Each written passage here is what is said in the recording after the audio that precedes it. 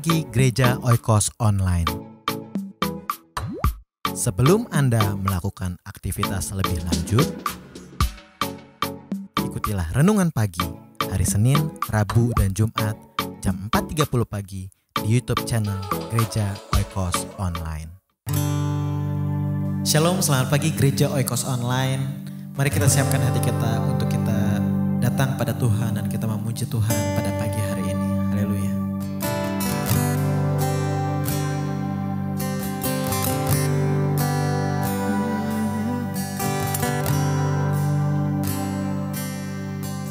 Datang Roh Kudus, kau ku rindu, dengan minyak yang baru urapiku, mengalir penuhiku, mengalir pulihkanku, kuasa-Mu bebaskan hidupku. Amin. Datang Roh Kudus, kau ku rindu, dengan minyak yang baru, dengan minyak yang baru urapiku, mengalir penuhiku, mengalir pulihkanku, kuasa-Mu bebaskan hidupku. Satu yang ku rindu, bersekutu denganmu, bawaku lebih lagi diam di dalam-Mu, nikmati hadirat-Mu, nyatakan seluruh kuasa-Mu mengubah hidupku.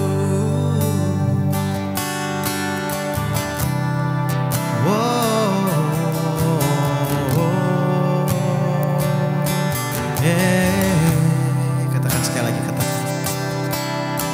Datang Roh Kudus, kau ku rindu, dengan minyak yang baru urapiku, mengalir penuhiku, mengalir pulihkanku, kuasa-Mu bebaskan hidupku.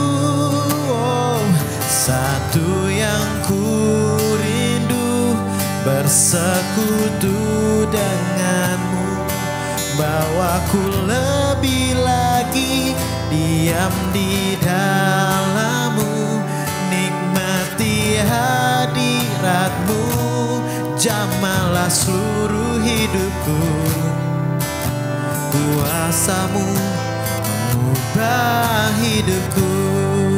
Oh, satu yang ku rindu, bersekutu denganmu, oh bawaku lebih lagi, nikmati hadirat-Mu, bawalah seluruh hidupku, kuasa-Mu bebaskan hidupku. Oh, satu yang ku rindu, bersekutu denganmu Tuhan.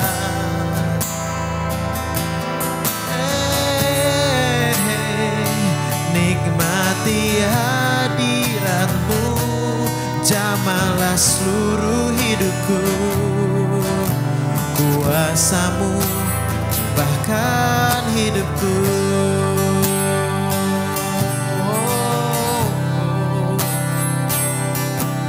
Kau mengubahkanku. I'm reaching for your heart. You hold my life in your hands, drawing me closer to you. I feel your power renew. Nothing compares to this place where I can see you face to face. I worship you in spirit and in truth. I'm reaching for your heart. You hold my life in your hands, drawing me closer to you. I feel your power in you.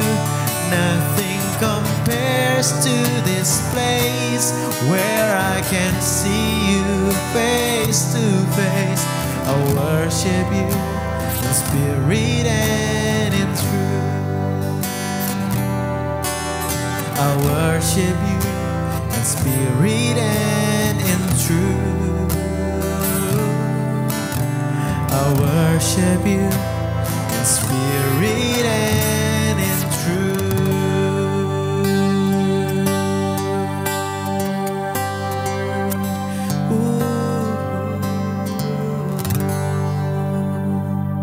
Amin, haleluya. Mari kita siapkan hati kita untuk mendengarkan firman Tuhan pagi hari ini. Shalom Bapak Ibu Saudara sekalian, selamat kembali kita bertemu dalam kasih Tuhan Yesus Kristus. Apa kabarnya? Saya berharap kita semua sehat-sehat selalu di dalam perlindungan dari Tuhan yang Maha Kuasa.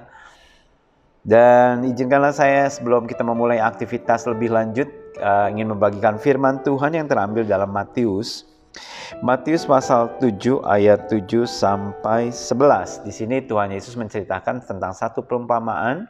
Ya, kita akan lihat. Matius 7 ayat 7 sampai 11.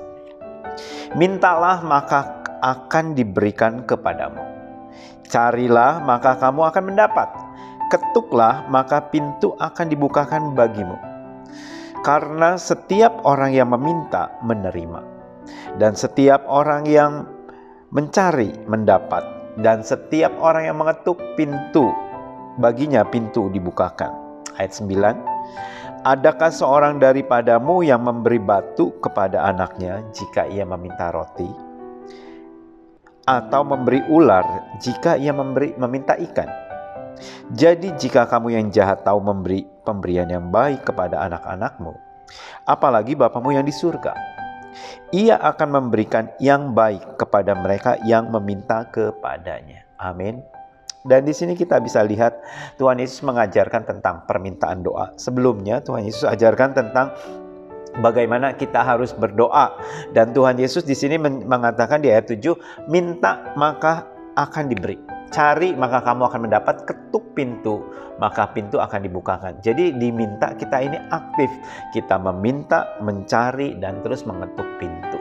Ya, jadi pertama meminta, terus kemudian mencari di mana, dan terus sudah ketemu kita ketuk pintunya, dan dikatakan pintunya akan dibukakan. Dan di ayat 9 ada satu perumpamaan yang Tuhan Yesus berkata, apa ada di antara kamu kalau anaknya lapar, anaknya meminta roti, lantas kamu memberi batu?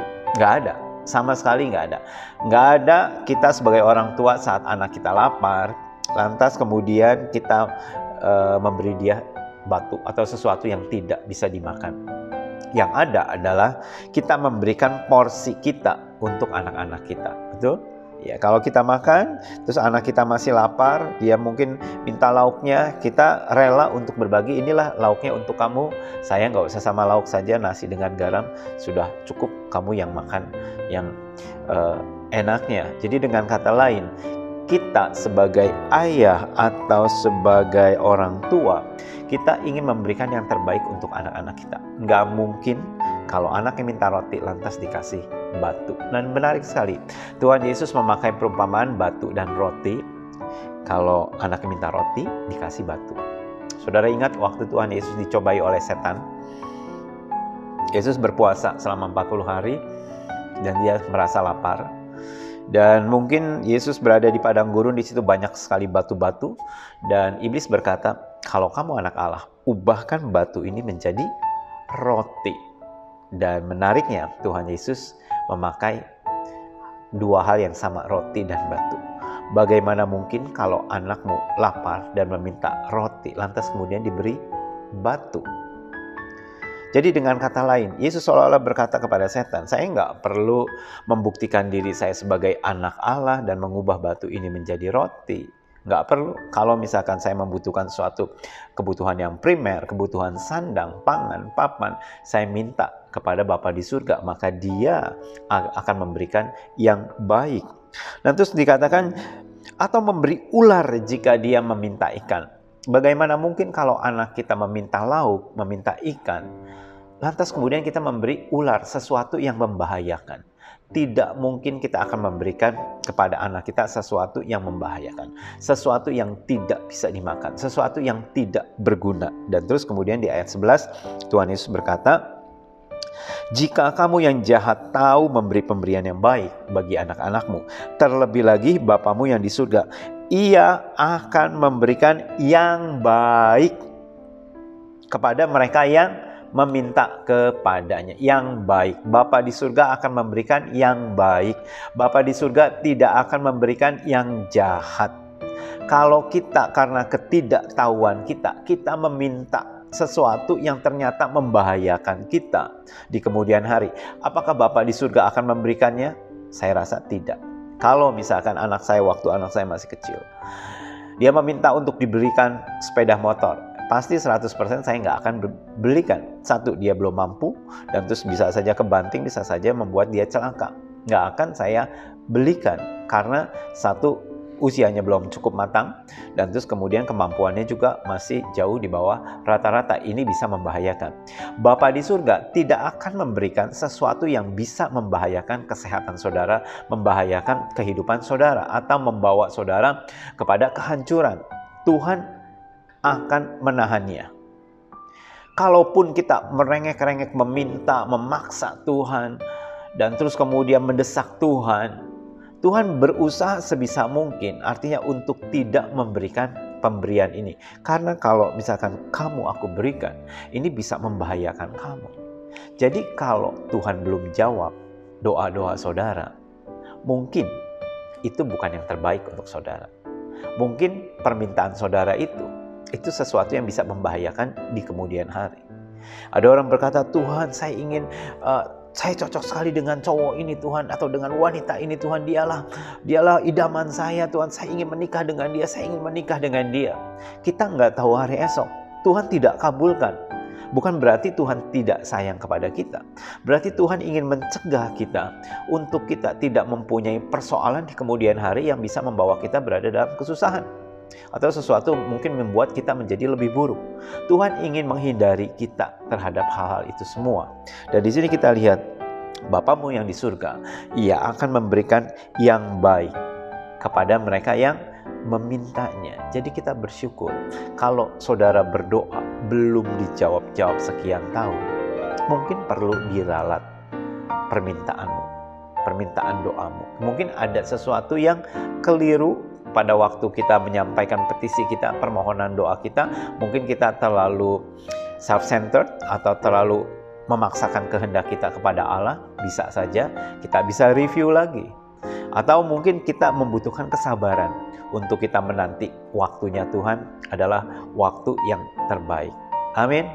Amin. Tuhan Yesus memberkati saudara sekalian. Mari kita satu dalam doa. Tuhan Yesus, terima kasih buat kebaikan Tuhan, rahmat Tuhan di dalam hidup kami. Ajari kami Tuhan untuk kami berdoa sesuai dengan kehendak-Mu. Kami tahu apa yang kami minta dan doakan, kalau itu baik bagi kami, pasti Bapa di surga akan memberikannya kepada kami. Tuhan, pada saat ini setiap daripada anak-anak-Mu yang mengikuti program ini, mereka meminta kepada Tuhan. Mereka ingin Tuhan menolong dalam hidup mereka. Tuhan, kabulkanlah Tuhan. Dan biarlah Tuhan ajari kami Tuhan untuk kami selalu meminta sesuai dengan kehendak Tuhan, sesuai dengan kehendak hati Bapa. Terima kasih Tuhan. Berkati aktivitas anak-anak-Mu sepanjang hari ini dan hari-hari selanjutnya di dalam nama Tuhan Yesus. Amin. Tuhan Yesus memberkati saudara sekalian. Sampai jumpa.